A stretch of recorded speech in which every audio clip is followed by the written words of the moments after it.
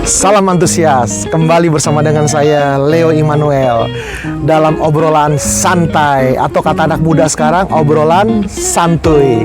Kita ngobrol-ngobrol santai, nggak seperti di gereja yang serius.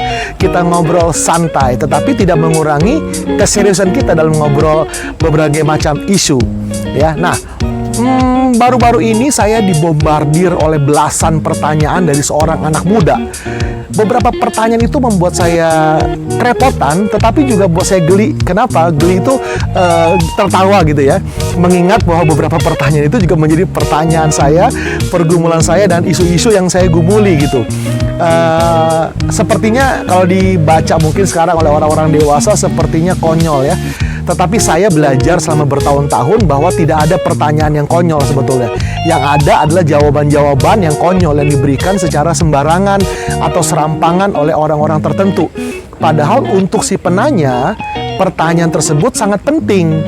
Dan saya juga tahu dulu saya punya banyak pertanyaan yang saya anggap penting, tetapi takut untuk ditanyakan, apalagi di gereja. Itulah kenapa gereja harus menjadi ruang diskusi. Gereja harus menjadi ruang bertanya. Anak-anak bebas bertanya, orang bebas bertanya tanpa takut untuk dihakimi, tanpa takut dia merasa, wah ini pertanyaan bodoh sebetulnya. Enggak. Kita menghargai setiap pertanyaan. Nah, saya mencoba menjawab beberapa pertanyaan itu, dan mungkin di episode-episode depan saya akan mencoba menjawab satu persatu pertanyaan tersebut. Dan mungkin jawaban saya tidak memuaskan, tetapi minimal saya sudah menjawabnya.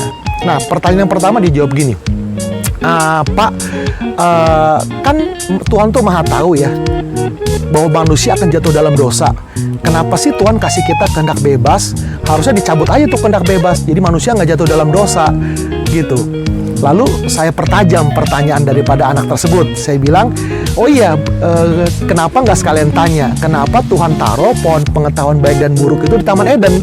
Kenapa nggak taruhnya di luar sana, di planet Mars, atau di satu planet Nibiru, atau mana yang jutaan tahun cahaya dari bumi ini, sehingga Adam dan Hawa tidak bisa meraihnya? Kan kalau nggak ada pohon pengetahuan baik dan buruk, mereka nggak jatuh dalam dosa, kan begitu.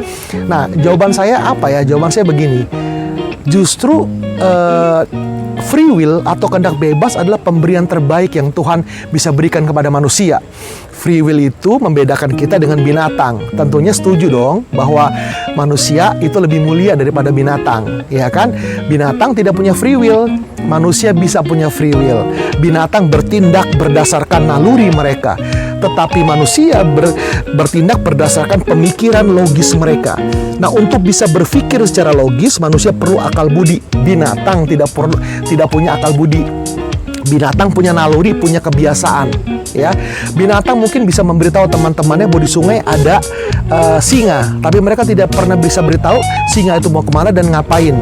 Dengan suara mereka bisa memberitahu, tapi manusia bisa memberitahu ada singa dan strateginya bagaimana dan lain sebagainya. Bahkan manusia bisa membangun sistem pertahanan diri, membangun teknologi dan lain sebagainya, yang mana binatang tidak bisa mampu lakukan. Kehendak bebas menjadikan manusia berbeda dengan binatang. Karena untuk punya kehendak bebas, Tuhan memberikan kepada manusia akal budi untuk berpikir. Itulah kenapa binatang dia punya suara, dia bisa berbunyi, tetapi tidak punya bahasa. Manusia punya bahasa. Dari mana itu bahasa? Bahasa adalah bunyi yang mengandung makna. Saya berbicara seperti ini, Anda dengar, itu bunyi. Anda bisa mengerti bunyi yang keluar dari mulut saya adalah bermakna. Nah, untuk mengeluarkan bunyi yang punya makna, maka diperlukan akal budi. Nah, binatang kayak burung bisa bersiul, tetapi dia tidak pernah bisa menciptakan musik seperti Beethoven. Dia tidak bisa menciptakan musik seperti Bach. Dia tidak bisa mengarang lagu seperti almarhum Glenn Fredly misalkan gitu, atau seperti Slank, atau seperti Dewa 19. Tidak bisa, karena binatang hanya bisa berbunyi tapi tidak bisa menciptakan lagu. Dia tidak bisa menciptakan puisi yang indah. Dia tidak bisa menciptakan narasi yang bagus, nggak bisa, karena binatang nggak punya akal budi. Jadi kehendak bebas itu penting buat manusia. Kita tidak bisa hidup tanpa kehendak bebas, dan kita bukan manusia tanpa kehendak bebas. Nah, kemudian kenapa Tuhan taruh pohon pengetahuan baik dan buruk di Taman Eden? Karena Tuhan ingin cinta yang sejati dari manusia. Tuhan ingin ketaatan yang sejati dari manusia. Begini, cinta sejati bukanlah cinta sejati jika tidak dibarengi oleh pilihan untuk tidak mencintai. Ketaatan bukanlah ketaatan sejati jika tidak dibarengi oleh pilihan untuk tidak taat. Contoh, sebuah robot kita program untuk bicara selamat pagi, untuk bangunin kita di pagi hari, ngambil koran dan lain sebagainya, misalkan begitu. Kita tidak bisa bilang si robot itu benda yang taat, nggak bisa, karena dia tidak taat, karena diprogram untuk taat. Sementara manusia diprogram untuk taat. Contoh begini, orang tua mau pergi, kita bilang sama anak kita, papa mama mau pergi, di rumah nggak ada orang, kamu tidak boleh main game, kamu belajar, besok ulangan ya, nggak ada yang mengawasi kamu. Anak itu ketika orang tuanya pergi, anak itu punya dua pilihan, entahkah dia taat atau dia tidak taat. Nah, saya pernah tes kepada anak saya, papa tidak mau kamu main PlayStation, papa mau kamu belajar. PlayStation tersebut tidak saya kunci di lemari, sengaja saya taruh di dekat TV, saya tidak apa-apain. Ya, kemudian saya pergi sama istri saya, pulang, saya nggak tanya anak saya tanya orang rumah, ya, bagaimana sih dia ini, anak saya ini? Oh enggak, dia bagus, dia tadi belajar. Ya, orang rumah dengan jujur menerangkan itu. Saya bangga dengan anak saya. Kenapa? Karena anak ini punya pilihan untuk tidak taat, tapi dia memilih untuk taat. Demikianlah Tuhan di Taman Eden. Ketika Adam dan Hawa tergoda untuk makan pohon itu, lalu mereka memilih untuk tidak makan, mereka mempersembahkan ketaatan yang sempurna.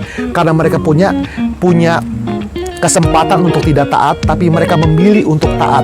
Mereka bukan robot yang diprogram untuk taat. Mereka punya pilihan untuk tidak taat. By the way, narasi kejatuhan Hawa pertama itu tidak terjadi hanya dengan sekali percakapan demikian.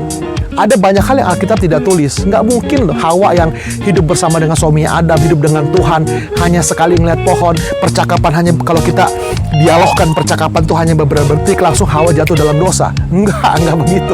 Ada narasi panjang sebelumnya, ada obrolan-obrolan sebelumnya, ada godaan-godaan, belum lagi ditambah imajinasinya dia. Dikatakan di Alkitab, Hawa melihat pohon itu, lihat buah itu menarik.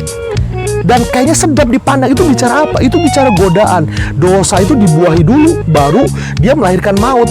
Nah, pembuahan dosa ini berupa imajinasi. Iya ya, enak ya. Waduh, kenapa dilarang ya? Oh iya ya.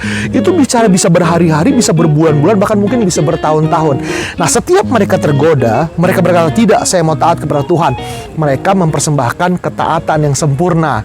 Karena apa? Ketaatan mereka dibarengi oleh pilihan untuk tidak taat. Mereka memilih mengasihi Tuhan dengan mentaati Tuhan dibandingkan tidak taat. Jadi, kenapa Tuhan tidak cegah manusia ketika digoda? Karena Tuhan ingin manusia mempersembahkan sesuatu yang sejati kepadanya. Karena hanya sejatilah, sesuatu yang sejatilah yang benar-benar berharga sebagai persembahan kita kepada Tuhan.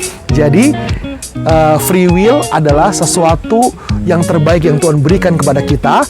Dan waktu kita menundukkan free will kita, kehendak bebas kita di bawah kehendak Tuhan, kita mempersembahkan yang terbaik, yaitu hidup kita, kehendak kita kepada Tuhan.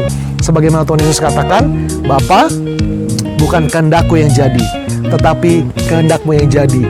Sebenarnya yang Kristus lakukan adalah dia sedang reverse kejadian Adam di Taman Eden yang gagal dengan kejadian dia di Taman Getsemani.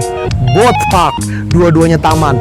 Yang satu akhirnya gagal, tapi yang satu berkata, kehendakku Tuhan aku tundukkan kepadamu. Jadi godaan dosa seharusnya membuat kita semakin mengasihi Tuhan, menunjukkan kepada Tuhan bahwa kita lebih mengasihi Tuhan daripada keinginan daging kita.